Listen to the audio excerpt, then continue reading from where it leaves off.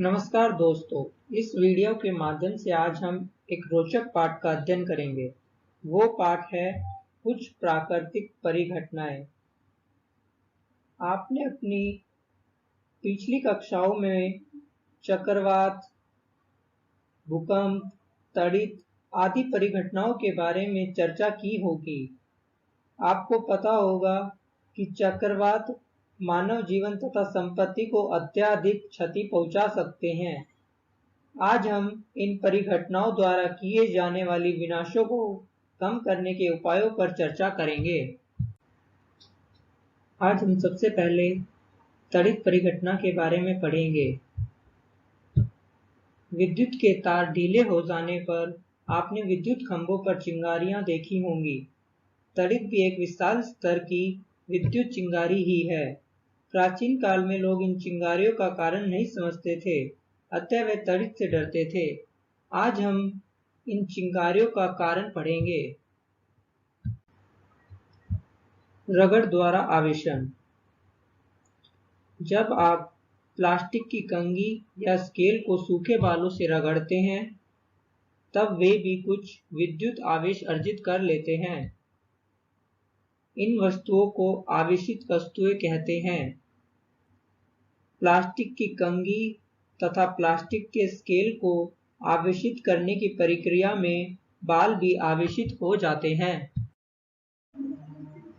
अगर आप रगड़ द्वारा आवेशित की गई वस्तुएं जैसे कि प्लास्टिक की कंघी या प्लास्टिक के स्केल को अगर आप कागज के टुकड़ों की तरफ लेके जाते हैं तो वे कागज के टुकड़ों को आकर्षित कर लेते हैं।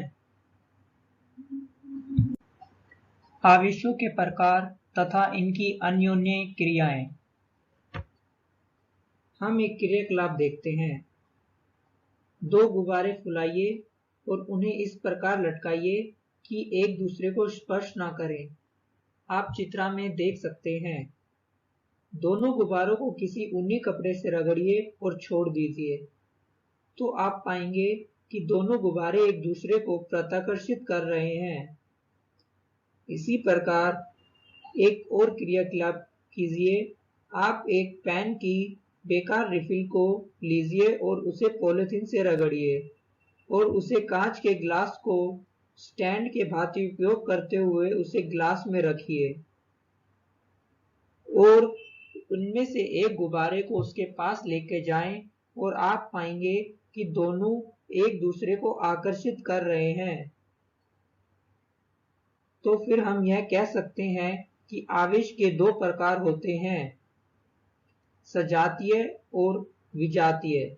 सजातीय एक ही प्रकार के आवेश एक दूसरे को प्रत्याकर्षित करते हैं, जबकि विजातीय भिन्न प्रकार के आवेश एक दूसरे को आकर्षित करते हैं। आवेश का स्थानांतरण। आप एक खाली बोतल लीजिए और बोतल के मुंह के साइड से कुछ बड़ा गत्ते का टुकड़ा लीजिए। उसमें एक छेद बनाइए जिसमें धातु की पेपर क्लिप घुसाई जा सके, जैसा कि चित्र में दर्शाया गया है।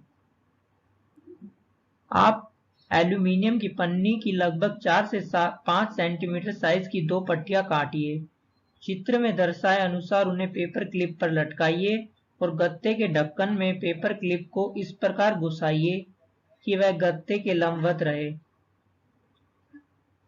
रिफिल को आवेशित कीजिए तथा उसे पेपर क्लिप के सिरे से स्पर्श कराइए और प्रेक्षण कीजिए, तो आप पाएंगे कि एल्यूमीनियम की पन्नी की पट्टियां पेपर क्लिप से होते हुए आवेशित रिफिल से आवेश प्राप्त करती हैं और समान आवेश वाली पट्टियां एक दूसरे को प्रत्याकर्षित करती हैं और वे दूर हो जाती हैं।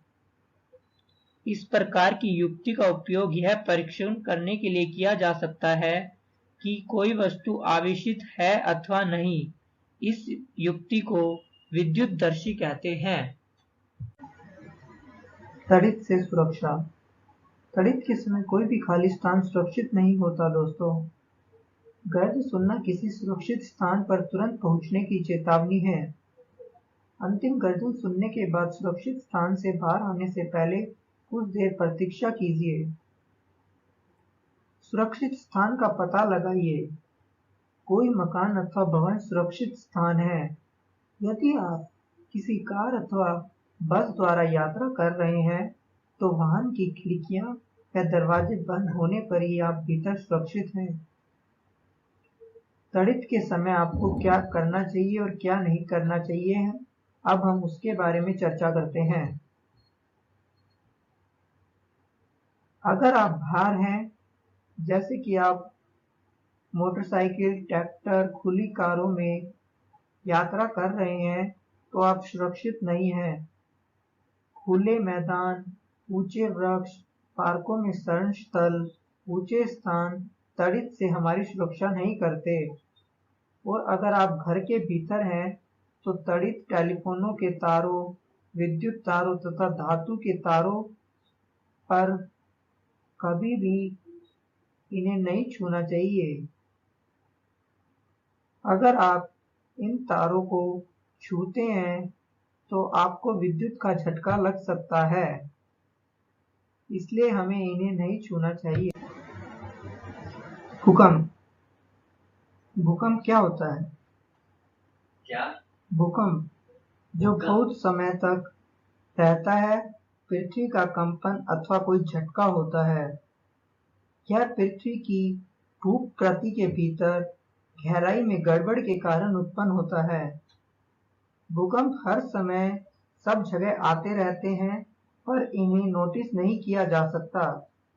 विशाल भूकंप बहुत कम होते हैं।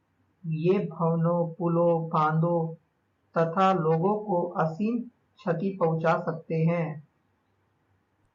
आपने 26 दिसंबर 2004 को हिंद महासागर में आए एक विशाल भूकंप के बारे में तो सुना ही होगा। महासागर के चारों ओर के तटवर्ती क्षेत्रों में अपार हानि हुई थी।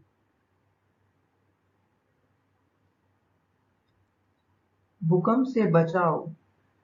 यदि आप घर में हैं तो किसी मेज के नीचे झटकों के रुकने तक वहीं रहें।